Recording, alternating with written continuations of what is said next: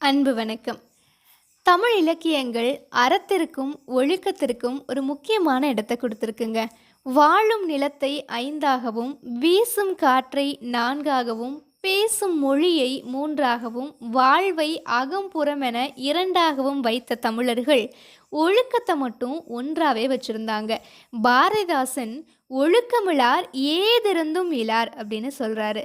ஆறுகளி உலகத்து மக்கட்கெல்லாம் ஓதலின் சிறந்தன்று ஒழுக்கமுடைமை அப்படின்னு பதிவு செய்து முதுமொழி காஞ்சி. திருவள்ளுவர் கல்வியை 40வது அதிகாரத்தில் வச்சாரு. ஆனால் ஒழுக்கத்தை ஒழுக்கமுடைமை அதிகாரமாக 14ஆவதாவே வச்சுட்டாரு. ஒரு மிகப்பெரிய வீரனை போராடி வெற்றி பெறது மட்டும் வீரம் கிடையாது. நம்முடைய ஐம்புலன்களையும் அடக்குனாலே அதுவே மிகப்பெரிய வீரம். அதுதான் ஒழுக்கமும் கூட. இதைத்தான் ஔவையார் சொல்கிறாங்க, புலனைந்தும் வென்றான் தன் வீரமே வீரம் அப்படின்னு. திருவள்ளுவர் கூட ஒழுக்கத்தின் எய்துவர் மேன்மை, இழுக்கத்தின் எய்துவர் எய்தா பழி அப்படின்னு சொல்கிறாரு. அதாவது ஒழுக்கமுடையவங்க வாழ்க்கையில் மேன்மை அடைஞ்சுக்கிட்டே இருப்பாங்க.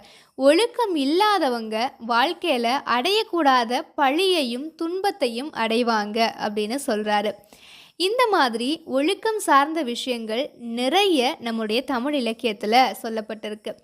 இதுபோல் தமிழ் இலக்கியங்களை பற்றி நீங்கள் தெரிஞ்சுக்கணும் அப்படின்னா தொடர்ந்து நித்திய குரலிசை வலையொலி பக்கத்தை பின்தொடருங்க.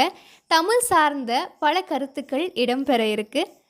மீண்டும் ஒரு அடுத்த காணொளியில் சந்திக்கும் வரை உங்களிடமிருந்து விடைபெறுவது நான் நித்யா. நன்றி.